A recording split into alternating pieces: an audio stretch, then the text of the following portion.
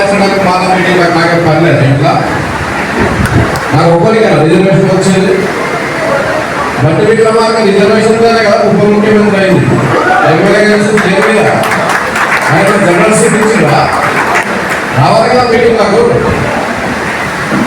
ప్రతి ఒక్కరు రేపటి నుంచి మాలోడు కానీ మాల ఉపకులాలు కానీ ఏ పార్టీ వాడు కానీ దానికి గల్లబట్టి అనుకుంటున్నాను రేపు హైదరాబాద్ మీటింగ్ రమ్మని చెప్పి రేపు ఉప ముఖ్యమంత్రి బట్టి హైదరాబాద్ మీటింగ్ రావాలి బరాబర్ రావాలి ఆయన మనోడైతే బరాబర్ హైదరాబాద్ మీటింగ్ రావాలి ఇక్కడ కాంగ్రెస్ నాయకులు ఉంటారు వాళ్ళ కోపం వచ్చిన మంచిదే నన్ను వాళ్ళు ఇంటిలో మంచిదే కదా ఉన్న విషయాన్ని చెప్తున్నాడు ముఖ్యమంత్రి మనకు ఒక ఆమె ఎమ్మెల్యే ఉండేది ఇద్దరు లేని మీటింగ్ ఇద్దరు మానవులే మళ్ళీ ఏమో వాళ్ళకి వాళ్ళకి రావాలి కదా రావద్దా గట్టిగా పట్టుకుంటారు మళ్ళీ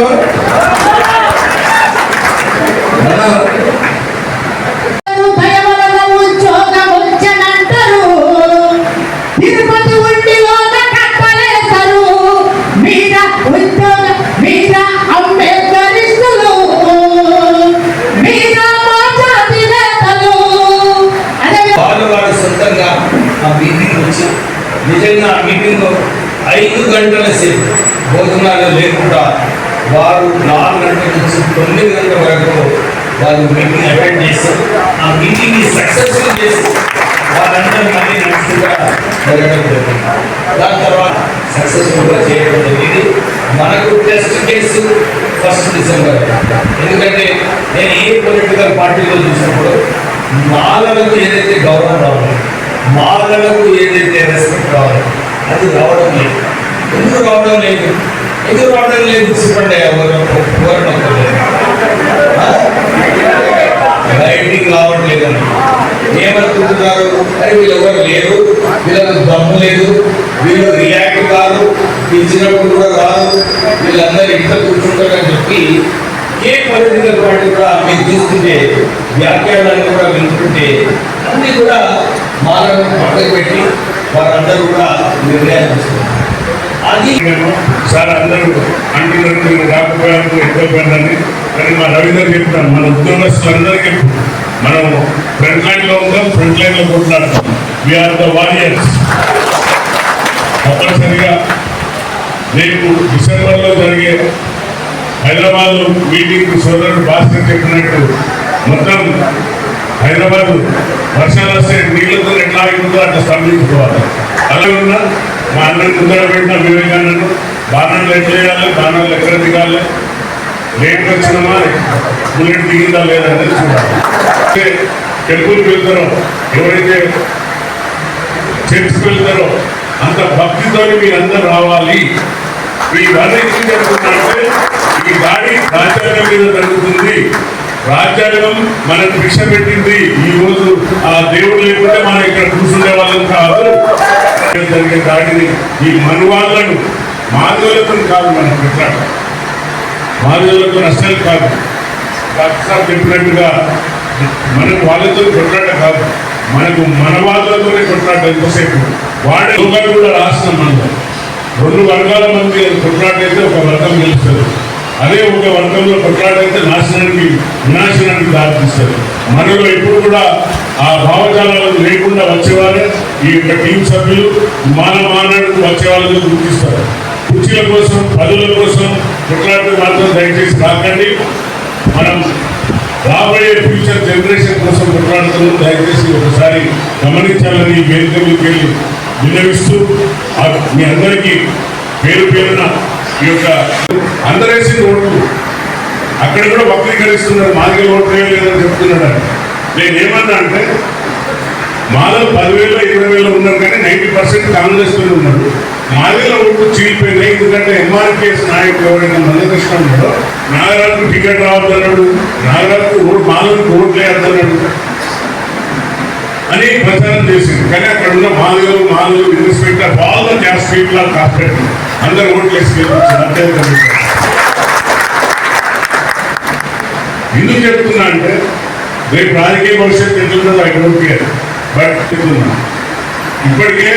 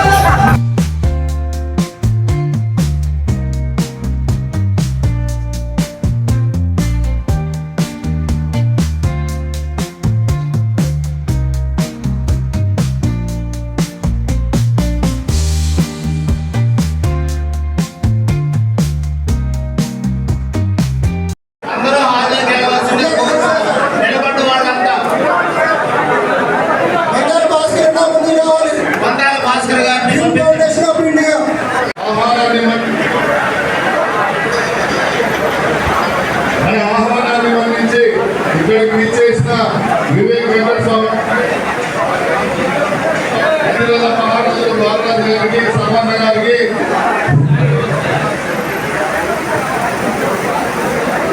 రవీందర్ గారికి అందరికీ ఈ దేశ చరిత్ర మరొకటి కాదు అని అన్నారు. ఆ వైదిక బ్రాహ్మణుల ధర్మం యొక్క పునాదులను కదిలించినటువంటి మనమందరము అంబేద్కర్లనే కావా? మన తాతలు ఎట్లా బతికిండ్రు, మన తండ్రులు ఎట్లా బతికిండ్రు, మనం ఈరోజు ఎందుకు ఆఫీసర్లు? మేము బాబాసాహెబ్ అంబేద్కర్ చెప్పిండు, అరే అంబేద్కర్ చచ్చిపోతే భౌతికంగా ఒక్కడే అంబేద్కర్, రాబోయే రోజుల కోట్లాది మంది అంబేద్కర్ రాబోతున్నది. తప్పక కొట్టకుంది. మనం అంబేద్కర్ గారు చెప్పిన సిద్ధాంతాన్ని మర్చిపోయి పిల్లలతో బిర్యానీ తినుకుంటా లోపల ఉంటున్నాం. గుర్తుపెట్టుకోండి, బయటకు రావాల్సిన సమయం వినండి. చిన్న చిన్న నాకు ఈ రుచి పంచాలు చూసినైతే నాకు చిన్నదాకా వస్తుంది. ఏమైతుంది చెప్పండి. ఆడ కూర్చున్న మీరు మేధావులు కాదా, త్యాగం చేసిన వాళ్ళు కాదా, జ్ఞానం ఉన్న వాళ్ళు కాదా? ఇది మన సమస్య, మన ఇంటి సమస్య, మన కుటుంబ సమస్య. అవతల కూడా చదువుకొని కష్టపడి మన తాతలు మన తండ్రులు కష్టపడి కూలి చేసి మనల్ని చదివించి బాబాసాహెబ్ అంబేద్కర్ చెప్పిండు education more power in the weapon అని చెప్పేసి ఆ పవర్ ని మారడానికి మన తండ్రులు తాతలు అందించిండ్రు. ఈ విషయాన్ని మనం చెప్పకపోతే మిగతా సమాజం అంతా నిజంగా మన మౌనాన్ని చూసి మహారాజు తొప్పిందినారేమో అనుకుంటున్నారు. ఆ అపనింద నుంచి నువ్వు బయటపడాలంటే నువ్వు బయటకు వచ్చి డిసెంబర్ 1వ తారీఖు నాడు మాలలు 20 లక్షలు ఉన్నారు. 70 సంవత్సరాల నుంచి మాలలు తొప్పిందిన్నారు. ఇట్లా అంటే మీకు ఏమనిపిస్తలేదా? అనిపిస్తలేదా?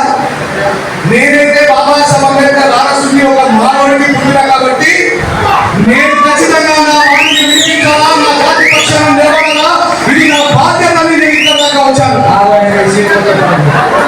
ఇదే తరగతి మనలో ఇదే మనలో ఆగండి దయచేసి. ఇది మన రెస్పాన్సిబిలిటీగా తీసుకొని వాళ్ళకు ఆయన మానవులు మనవాళ్ళు మరి ఖమ్మం ఉద్యోగ సంఘాలందరికీ మనస్ఫూర్తిగా రాష్ట్రపతితో పాట మనస్ఫూర్తిగా సరే నేను వాడిన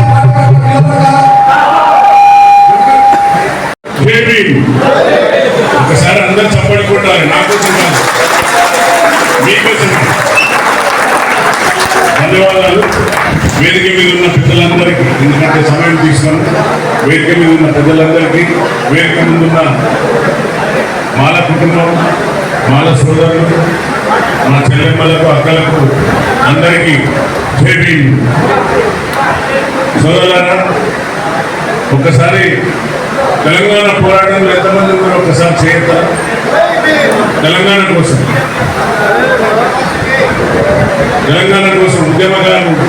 ఉద్యోగస్తులు అందరూ కొట్లాడినాం కదా, చాలా తక్కువ మంది ఉన్నారు. మరి ఈసారి రేపు జరగబోయే డిసెంబర్ 1వ తారీఖు రోజు జరగబోయే సింహగర్జనకు ఎంతమంది వస్తారు? ధన్యవాదాలు. సోదరులారా, ఎందుకు చెప్తుందంటే ఇది ఒక కఠోరమైన దీక్ష. ఒక సైడ్లో మన మీద దాడులు జరుగుతున్నాయి గత 30 ఏళ్ళ నుండి. పివి రావు గారు పోయినాక అంబేద్కర్ లేక పివి రావు పుట్టాలంటే నైట్లో పత్రికలు పుట్టాలని కోరుకుంటున్నాం. ఎందుకంటే త్యాగాలు చేయాలి కదా, త్యాగాలు చేయగలుగుతామన్నా. నా కొడుకును ఉద్యోగాలు పంపించగలుగుతారా? పంపలేదు. అంబేద్కర్ లాగా పోరాటం చేసి తన కుటుంబాన్ని సర్వస్వాన్ని కూడా పోగొట్టుకున్నాడు. అలా చేయగలుగుతామా? చేయలేదు. అదే అంబేద్కర్ పుట్టాలి, పక్కింట్లో పుట్టాలి అని కోరుకుంటున్నాడు. ఈ పరిస్థితులలో మనువాదం అనేది తీసుకుని వచ్చి ఆర్ఎస్ఎస్ భావజాలాలతో ఈరోజు మన పైన దాడి జరుగుతుంది. మాలలను అనగదొక్కుతూనే రాజ్యాధికారానికి నిలబడి కూడా అనేది వాళ్ళ యొక్క మెయిన్ ఎజెండా. దీన్ని గమనించాలి దయచేసి. మాలల యొక్క తక్కువ చూపెట్టి మాలలను అస్థిరితం చేసి అస్తవ్యస్తం చేసి వారికి రాజ్యాధికారంగా పదవులు రావద్దని ఒక పెద్ద కుట్ర జరుగుతుంది. గమనించండి ప్లీజ్. ఎందుకంటే ఎవరు కూడా రారు. మాలలకు చాలా స్వాభిమానం ఎక్కువ, సోదరుడు చెప్పినట్టు ఆత్మగౌరవం ఎక్కువ. ఎక్కడ చెప్పుకోరు, నేను మాలలో చెప్పుకోరు. ఆఫీసులో పనిచేసినా బయట పని చేసినా చెప్పుకోరు. సరే చెప్పుకోకుండా మన మనలతో కలిసి ఉంటారంటే పక్కకున్న కూడా చెప్పాను, నేను మాలో కూడా చెప్పాను. ఆ సందర్భాలు ఎదుర్కొంటా. కాబట్టి అందుకనే చెప్తున్న సోదరులారా, ఈసారి కానీ ఇప్పటికే ఆల్రెడీ ఏబిసిడి వర్గీకరణ అయిపోయింది. మా నర్సయ్య సార్, మా సోదరుడు ఇద్దరు బ్యాట్స్మెన్. నేను సత్పల్లి పార్వతులు కూడా చేశాను. ఒక తక్కువ మందికి పరిచయం ఉంటారు. మా సోదరుడు నర్సయ్య చెప్పినట్టు 2 డెఫినేషన్ చెప్పిండు. దొంగతనానికి, గడి దొంగలకు, తర్వాత నార్మల్, ఈ 3 రకాల చెప్పిండు. మనం ఎవరైనా చూసుకుంటే నా ఇప్పుడు ఎవరు చెప్తలేదు. అదే మరి ఇన్ని రోజులు చెప్పగానే ఇన్ని రోజులు ఎవరు రావాలి? బీవీరావు గారు సరికి బీవీరావు తర్వాత ఎవరు రావాలి? పిల్లికి మెడలు గంటలు కట్టాలి. ఎవరు కట్టాలి? నేను ఎందుకు కట్టా? నా పదవి, నా పుట్ట, నా పిల్లలు, నా కట్టిన బిర్యానీ తిని పట్టుకుంటున్నా అని చెప్పినట్టుగా బిర్యానీ తిని మంచిగా తృప్తిగా ఇంట్లో ఉన్నాను. కానీ పిల్లికి మెడ కట్టాలి, పిల్లికి గంట కట్టాలి. ఎవరు కట్టాలి? ఎవరు రావాలి? ఇన్ని రోజులు మాల సంఘాలు కొట్లాడినాయి. చెన్నన్న తర్వాత సోదరులు వీళ్ళందరూ కూడా కొట్లాడింది మాల సంఘాల కోసం. కానీ ఉద్యోగస్తులు మంచిగా నిద్రపోతున్నారు. అందుకనే ఒక టీం అనేది ఫామ్ చేస్తారు.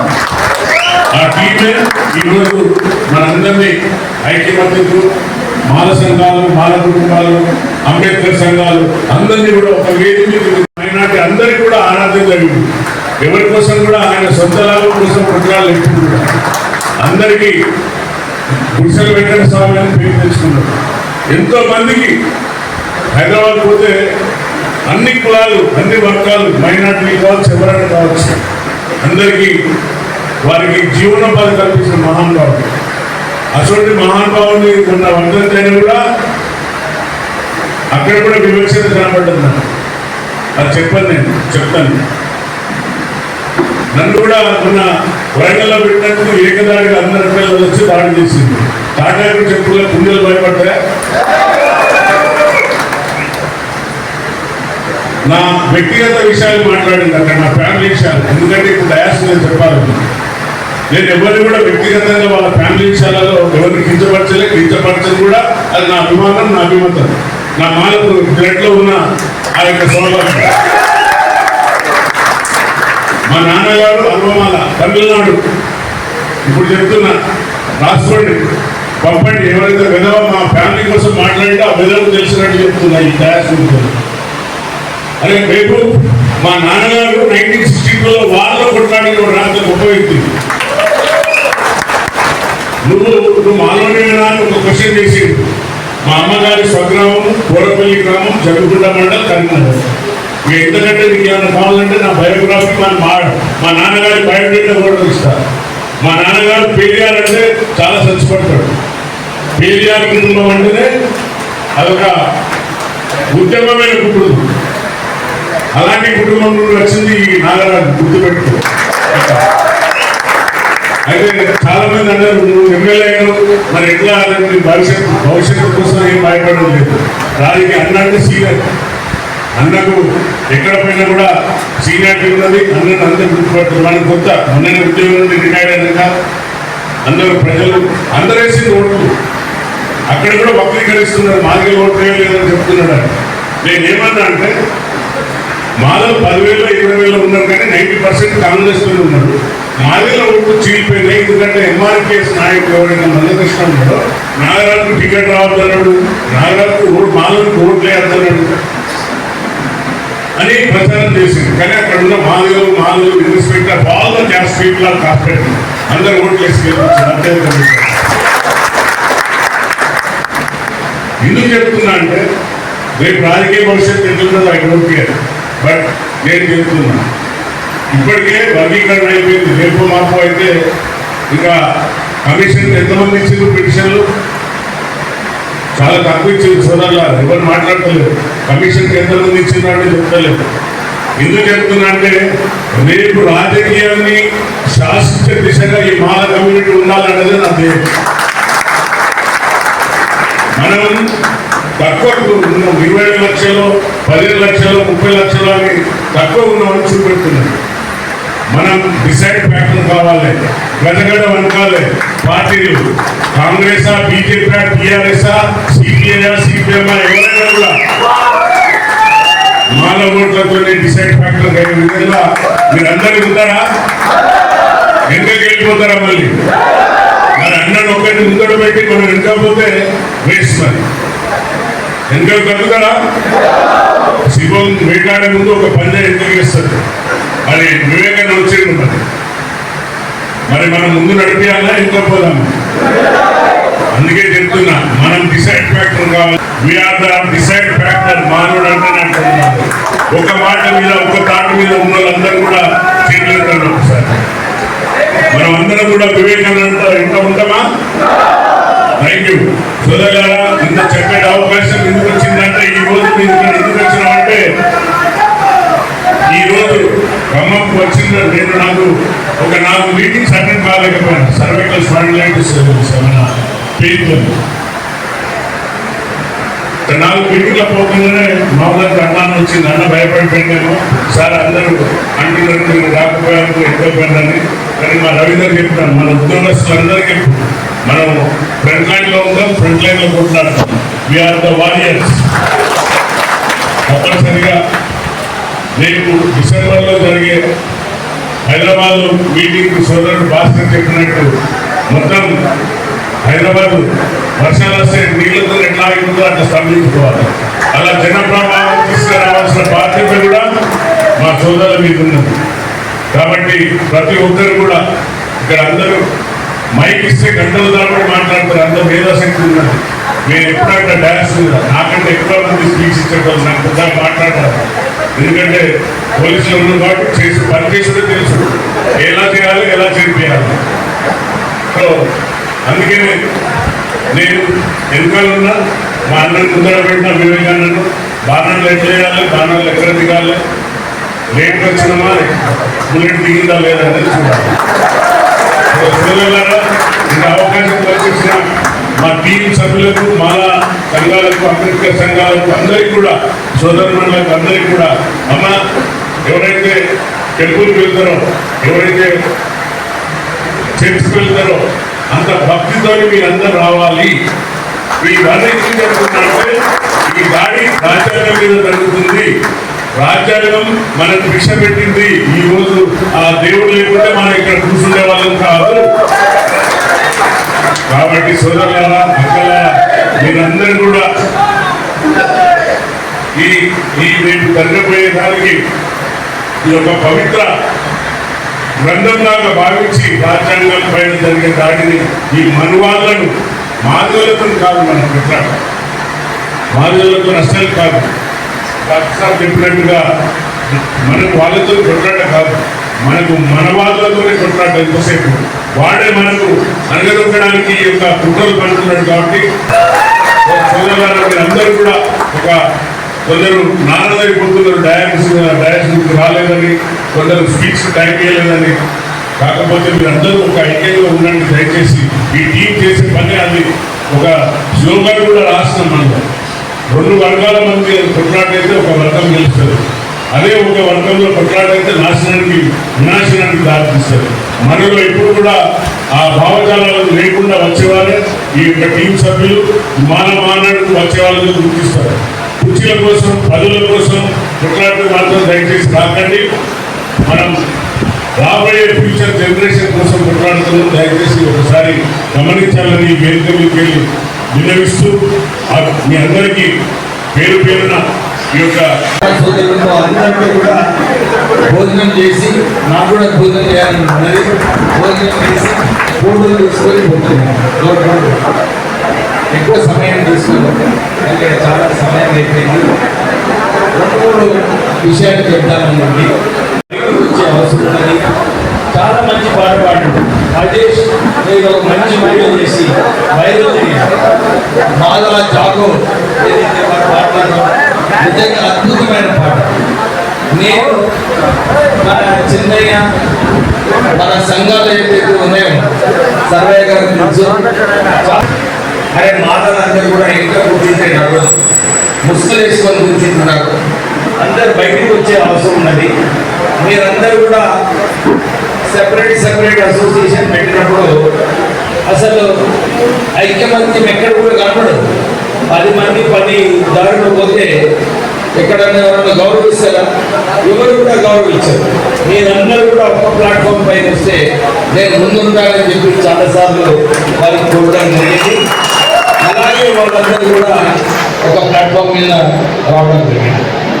అందరూ అనుకుంటున్నారు ఒక మీటింగ్ పెట్టి ఈ వర్గీకరణ ఎట్లా చేయాలని చెప్పి కోర్ కమిటీ మీటింగ్లో చర్చించడం జరిగింది.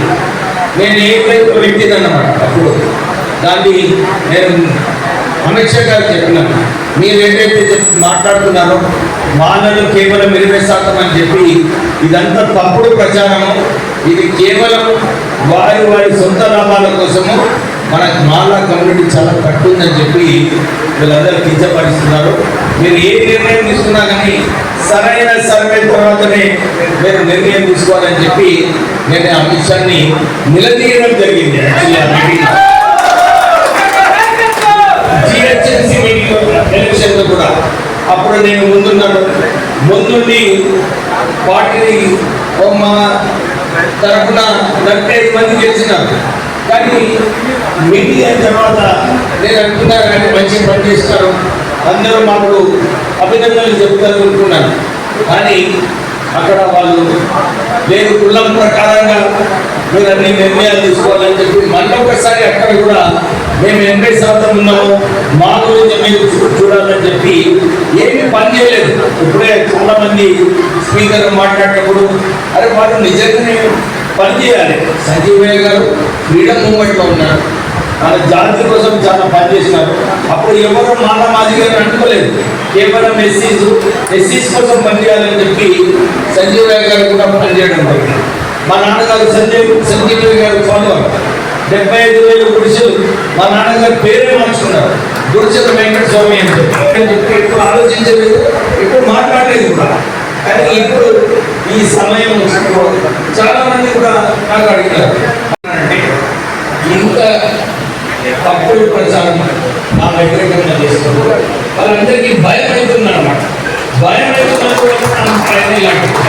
ఎందుకంటే నాగరాజు గారు నాకు చెప్పినప్పుడు నాకు అనిపించింది, అది ఈ ఉద్యమంలో మనం ఏదైతే పోరాడుతున్నామో నేను ముందుకు రావడం వలన చాలా మంది అనుకుంటున్నారు నేను నాగరాజు గారు ఇద్దరు తప్పించుకుంటే ఈ మూమెంట్ ఉండదని చెప్పి చాలా మంది ప్రయత్నం చేయడం తప్పుడు ప్రచారం. అందరికీ కూడా తెలుసు నేను తెలంగాణ ఉద్యమంలో ఇంత పోరాటం చేయడం జరిగింది. అప్పుడు కూడా నేను తెలంగాణ కోసము పోరాటం చేసినప్పుడు నేను రైలు రోడ్లో మా అమ్మాయి ఫ్రెండ్ ఉండేది 2 రోజులలో. అప్పుడు నాకు కిరణ్ కుమార్ రెడ్డి అరెస్ట్ చేసినాడు. కానీ నేను పోయి ట్రైన్ తీసుకొని నా కూతురు ఫ్రెండ్ అటెండ్ కానీ ఉద్యమం వెంటనే ఎప్పుడు వెళ్ళలేదు, ఉద్యమంలో పాల్గొన్నాను. మళ్ళీ దాని తర్వాత నా పైన ఈడీ రేట్ అయ్యింది, ఎన్ఫోర్స్మెంట్ రేట్. అప్పుడు అయినప్పటికీ కూడా నేను కేర్ చేయలేదు, ఎందుకంటే నేను మా నాన్నగారు చెప్పినట్టు అన్ని ఏది చేసినా కానీ సరైన పద్ధతిగా చేస్తాను. ఎవరికి పని చేసినప్పుడు ఎవరిని భయపడేది అవసరం లేదు. అలాంటి కొడుకుని నేను ఎప్పుడు కూడా ఏ అంశం పైన భయపడలేదు. మీకు అందరూ తెలుసు, కేసీఆర్ గారు వారి వ్యతిరేకంగా 4 సంవత్సరాలు పోరాటం, వారి అవినీతి ఎక్స్పోజ్ చేసినప్పుడు చాలా మంది అనుకున్నారు అరే నా పైన కేసు పెట్టి నన్ను మా ఫ్యాక్టరీ బంద్ చేసి మా బీసీ సంస్థకు 150 కోట్ల అడ్వర్టైజ్మెంట్ రావాలి, అది కూడా రానియకుండా కేసీఆర్ గారు చాలా ఒత్తిడి తీసుకురావడం జరిగింది. కానీ నేను భయపడలేదు, ఏది నిర్ణయం కూడా తీసుకోలేదు. ఏదైతే ఇప్పుడు దుష్ప్రచారం చేస్తున్నారు మీరు కేవలం మంత్రి పదవి కోసం. నేను కాంగ్రెస్ పార్టీలో వచ్చినప్పుడు వాళ్ళందరూ కూడా కొన్ని అంశాలలో చెప్పినారు, సార్ ఈ ప్రాంతంలో మీరే నిలబడినప్పుడు మీరే గెలుస్తారు అని చెప్పి నన్ను ఇన్వైట్ చేయడం జరిగింది. చాలా అంశాలు వారు పదవుల కోసం ఎప్పుడు కూడా నేను పూర్తి చేయలేదు. ఎందుకంటే మేము తెలిపిన ఆయన మా సీనియర్ కాలేజీలో మా స్నేహితులు కూడా ఏం చెప్తున్నానంటే మా కుటుంబం మా నాన్నగారు ఎప్పుడు కూడా మన వాళ్ళ గురించి ఆలోచించారు, మన వాళ్ళ గురించి కాపాడుకోవాలని చెప్పి వారు ఎప్పుడు కూడా పనిచేయడం జరిగింది. నేను కూడా మన ముఖ్యమంత్రి గారు మాట్లాడినప్పుడు మా కులానికి చెందిన వారిని ఒక అడిషనల్ అడ్వకేట్ జనరల్ చేయాలని చెప్పి వారిని కోరినప్పుడు పబ్లిక్ ప్రాసిక్యూటర్ ఇవ్వడం జరిగింది. మొన్న ఇద్దరు ఒక డిఓ మన వాళ్ళకి చెందిన వారికి లాస్ట్ డే సస్పెన్షన్ చేయడం జరిగింది. ఇది చెప్తారని అంశం అంటే మీ అందరికీ ఒక భరోసా ఇప్పిస్తున్నాను. మీరేం భయపడేది అవసరం లేదు, నేను ఉన్నాను ఇక్కడ.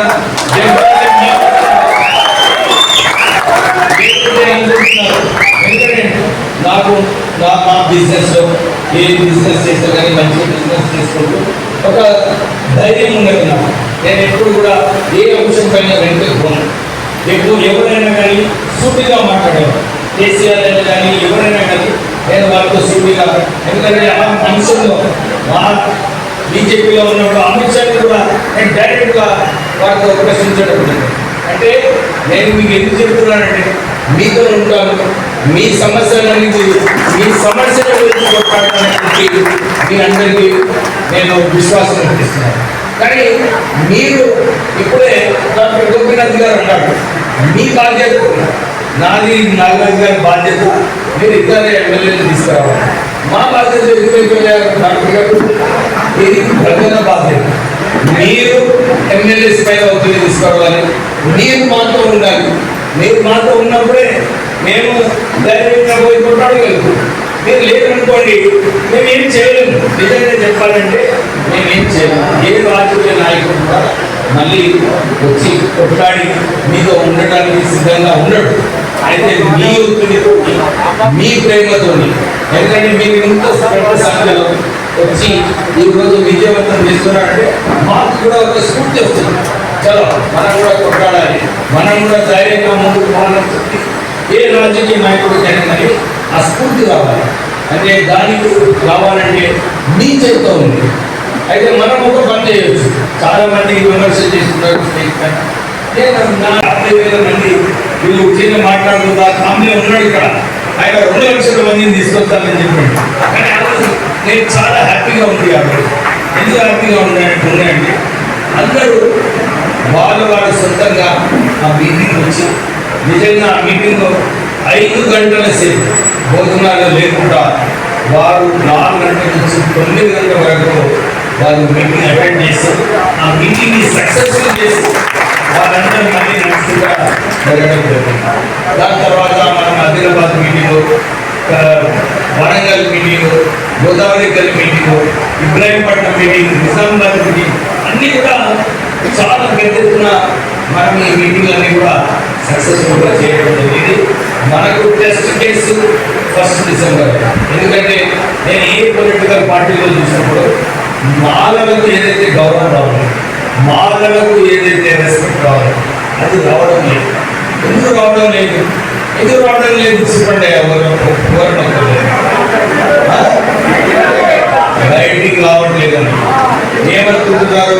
అరే వీళ్ళు ఎవరు లేరు, వీళ్ళకి దమ్ము లేదు, వీళ్ళు రియాక్ట్ కాదు, పిలిచినప్పుడు కూడా రాదు, వీళ్ళందరూ ఇంట్లో కూర్చుంటారని చెప్పి ఏ పొలిటికల్ పార్టీ కూడా మీరు తీసుకుంటే వ్యాఖ్యలను కూడా వినుకుంటే అన్నీ కూడా మాలను పక్కకు పెట్టి వారందరూ కూడా నిర్ణయాలు తీసుకుంటారు.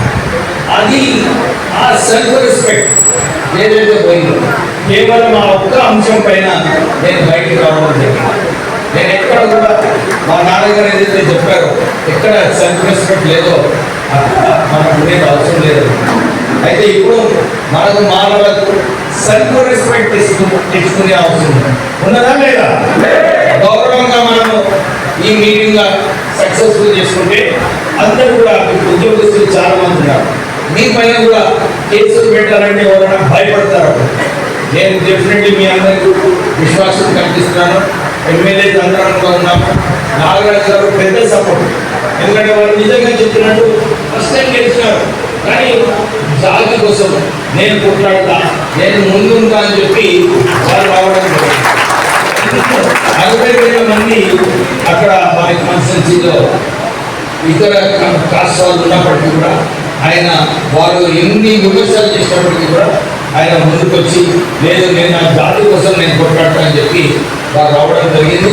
మనమందరం కూడా వారిని ఎక్కువ రెస్పెక్ట్ వారికి ఏదైతే ధైర్యం ఇచ్చారో మీరందరూ కూడా ఆ కేవలం మీటింగ్స్ పెద్ద సంఖ్యలో అటెండ్ చేస్తే మాకందరికీ కూడా మీరు ఒక గౌరవం ఇచ్చినట్టు ఉంటుందని చెప్పి మీ అందరితో మళ్ళొకసారి 1 డిసెంబర్ పెద్ద విజయవంతం చేయాలని చెప్పి కోరుతూ సరైన అందరినీ ఐక్యతగా ఇక్కడ ఖమ్మం జిల్లాలో పనిచేస్తున్నారని చెప్పి వారు చెప్పారు. వారికి నిజంగానే అభినందనలు చెప్పాలి. ప్రత్యేక అభినందనలు మన రాజశేఖర్ గారికి విజయవంతం చేసి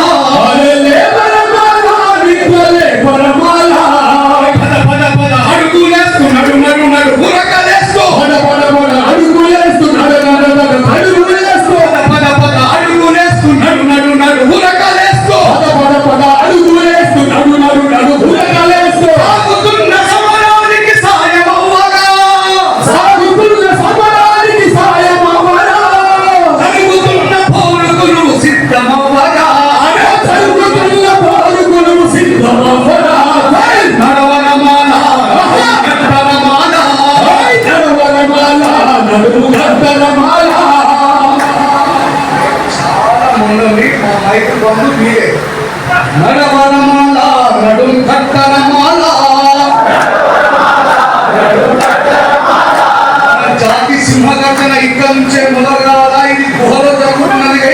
రేపు అడవిలో జరిగి సింహగర్జన చేయాలంటే ఇక్కడ నుంచే మొదలు కావాలా? నడవరమాల నడుం కట్ట